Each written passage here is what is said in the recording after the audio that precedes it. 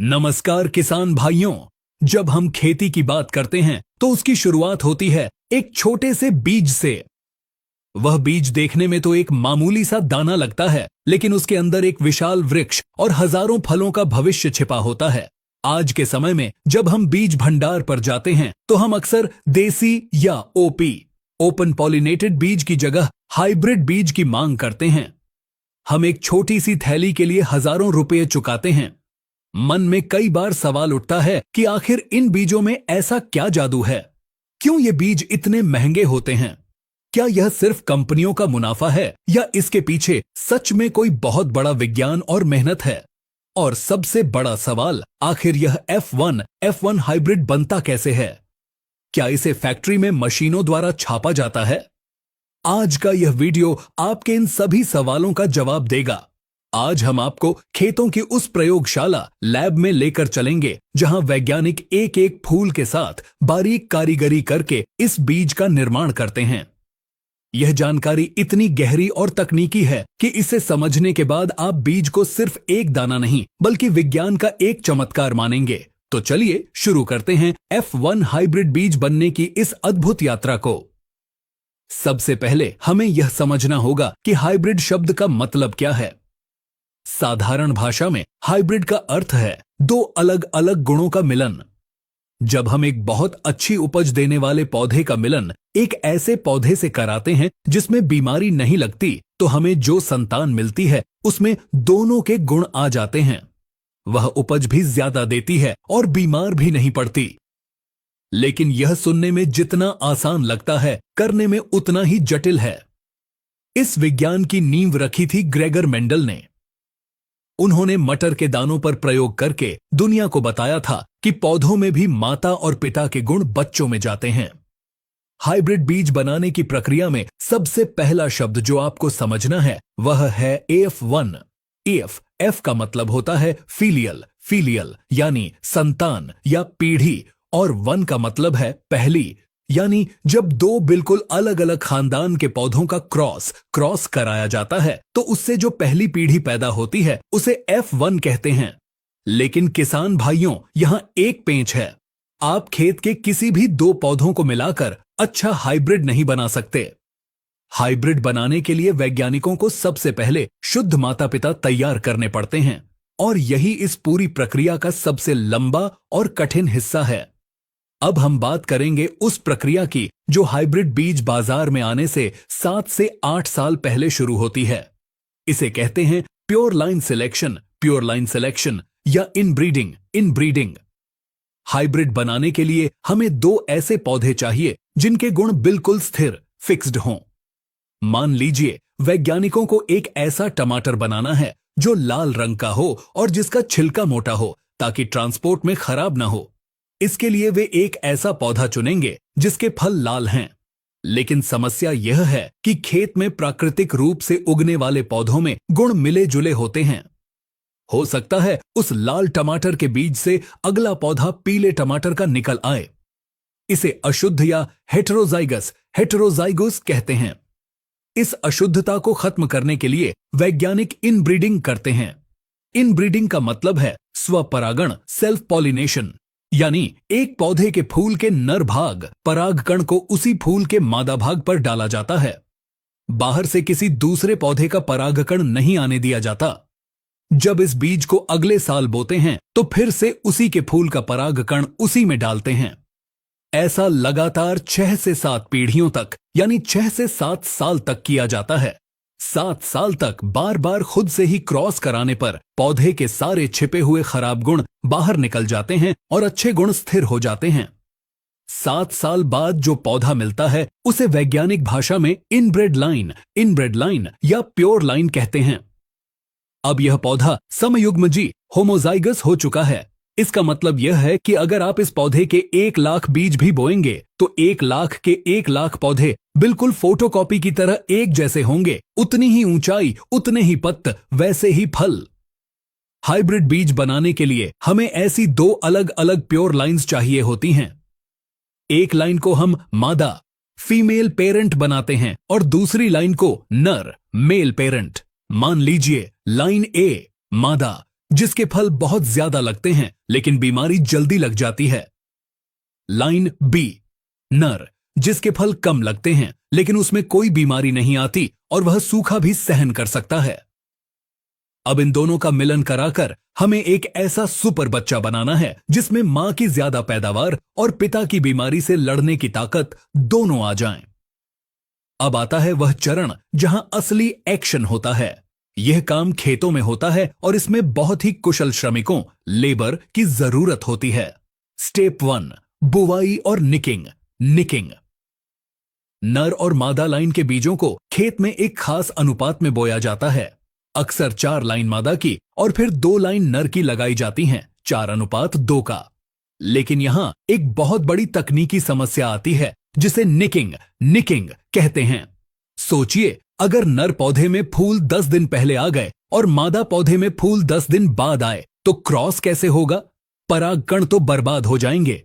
इसे सेट करने के लिए वैज्ञानिक बुवाई के समय को आगे पीछे करते हैं। इसे सिंक्रोनाइजेशन कहते हैं, ताकि जिस दिन मादा का फूल खिले ठीक उसी दिन नर का फूल भी तैयार हो। स्टेप 2, विपुंसन, इमैस्कुलेशन। यह हाइब्रिड बीज बनाने का सबसे नाजुक काम है।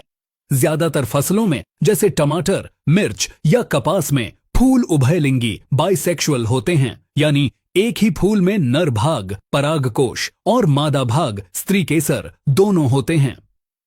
अगर हमने कुछ नहीं किया तो फूल खिलते ही अपना परागकण अपनी ही मादा पर गिरा देगा और सेल्फिंग हो जाएगी। लेकिन हमें तो हाइब्रिड चाहिए, इसलिए फूल के खिलने से पहले जब वह कली की अवस्था में होता है, प्रशिक्षित मजदूर शाम के समय या सुबह बहुत जल्दी खेत में जाते हैं। वे चिमटी फोरसेप्स की मदद से फूल की पंखुड़ियों को धीरे से खोलते हैं और उसके अंदर से नर भाग यानी एंथर को तोड़कर बाहर निकाल देते हैं। इस प्रक्रिया को विपुंसन या इमैस्कुलेशन कहते हैं। अब उस फूल में सिर्फ मादा भाग बचा है। वह अब नपुंसक नहीं बल्कि सिर्फ मादा रह गया है। इसके बाद उस कली को एक बटर पेपर की थैली से ढक दिया जाता है ताकि हवा में उड़ता हुआ कोई अनजान परागकण उस पर न गिर जाए। स्टेप 3, पर परागण, क्रॉस पॉलिनेशन। अगली सुबह जब सूरज निकलता है और फूल खिलने का समय होता है, तब मजदूर इन लाइन के पौधों के पास जाते हैं। वहां से ताजे खिले हुए फूलों को तोड़ते हैं और उनके परागकण पोलन को एक कटोरी या प्लेट में जमा करते हैं। फिर वे मादा लाइन के पास जाते हैं। जिन कलियों का कल विपुंसन किया गया था उनकी थैली हटाते हैं और नर पौधे के परागकण को ब्रश या उंगली की मदद से मादा के वर्तिकाग्र स्टिग्मा पर लगा देते हैं।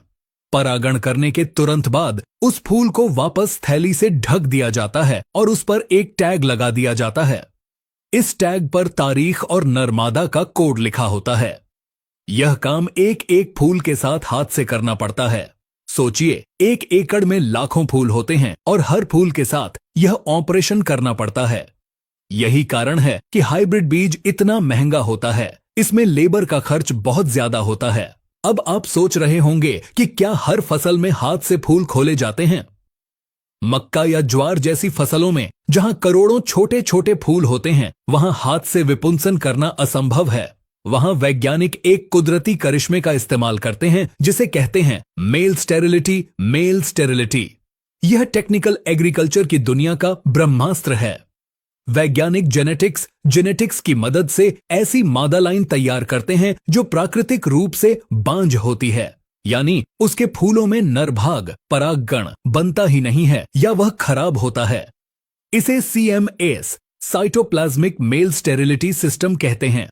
चूंकि मादा पौधे में अपना खुद का परागकण है ही नहीं, तो उसे हाथ से हटाने विपुंसन की जरूरत ही नहीं पड़ती। खेत में बस हवा चलती है, नर पौधे से परागकण उड़ता है और मादा पौधे पर गिर जाता है।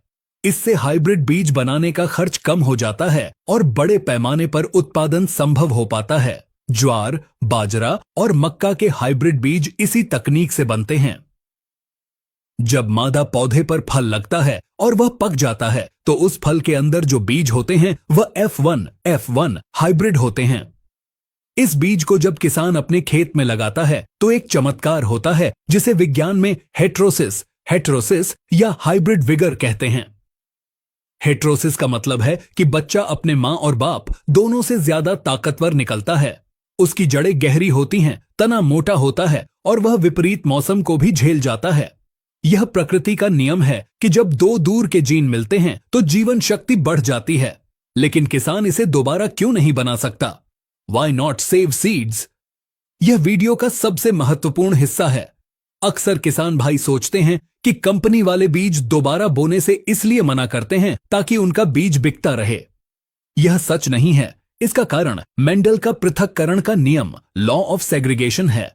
अगर आप F1 हाइब्रिड की फसल से निकले बीज को अगले साल बोएंगे तो वह F2 पीढ़ी बन जाएगी। जेनेटिक्स के नियम के अनुसार दूसरी पीढ़ी में सारे गुण बिखर जाते हैं, सेग्रीगेट हो जाते हैं। खेत में आपको अजीब नजारा दिखेगा। 25% पौधे बहुत छोटे रह जाएंगे, 25% पौधे बहुत लंबे हो जाएंगे लेकिन फल कम देंगे, 50% पौधे ठीक होंगे, फलों का आकार, रंग और स्वाद थोड़ा अलग अलग होगा। एक जैसा उत्पादन नहीं मिलेगा। व्यापारिक खेती में एक रूपता, यूनिफॉर्मिटी ही सब कुछ है। अगर आपके आधे टमाटर छोटे और आधे बड़े हैं तो मंडी में भाव नहीं मिलेगा। इसीलिए उस संकर ओज या जादुई ताकत को पाने के लिए हमें हर साल उसी F1 बीज की जरूरत होती है जो 2 प्योर लाइंस के क्रॉस से बना हो। तो किसान भाइयों, यह थी कहानी आपके हाथ में आने वाले उस छोटे से हाइब्रिड बीज की। यह किसी एक दिन का काम नहीं है। एक अच्छी हाइब्रिड वैरायटी को तैयार होकर बाजार में आने में 10 से 12 साल का समय लगता है। हजारों क्रॉस फेल होते हैं, तब जाकर कोई एक पास होता है। इसमें सैकड़ों वैज्ञानिकों का दिमाग, हजारों मजदूरों के हाथ और कई सालों का धैर्य लगा होता है। आशा है कि इस वीडियो को देखने के बाद आपको टेक्निकल खेती और बीज विज्ञान की गहरी समझ मिली होगी। अब जब आप अगली बार हाइब्रिड बीज का पैकेट हाथ में लेंगे तो आप जानेंगे कि आप सिर्फ बीज नहीं बल्कि एक उन्नत तकनीक खरीद रहे हैं। इस तरह की जानकारी लाने के लिए हमारी टीम को बहुत रिसर्च और बहुत मेहनत करना पड़ता है। कई दिनों की मेहनत के बाद इस प्रकार की वीडियो बन पाती है। अगर आपको आज की यह गहन जानकारी, यह डीप डाइव पसंद आई हो तो इस वीडियो को अपने साथी किसान भाइयों के साथ शेयर जरूर करें ताकि वे भी विज्ञान को समझ सकें। चैनल को सब्सक्राइब करें। फेसबुक पर देख रहे हैं तो फॉलो जरूर करें। हम इसी तरह खेती के हर मुश्किल पहलू को आसान और सुलझी हुई भाषा में आपके सामने लाते रहेंगे। जुड़े रहिए हमारे साथ खेती को उन्नत और वैज्ञानिक बनाने के इस मिशन में।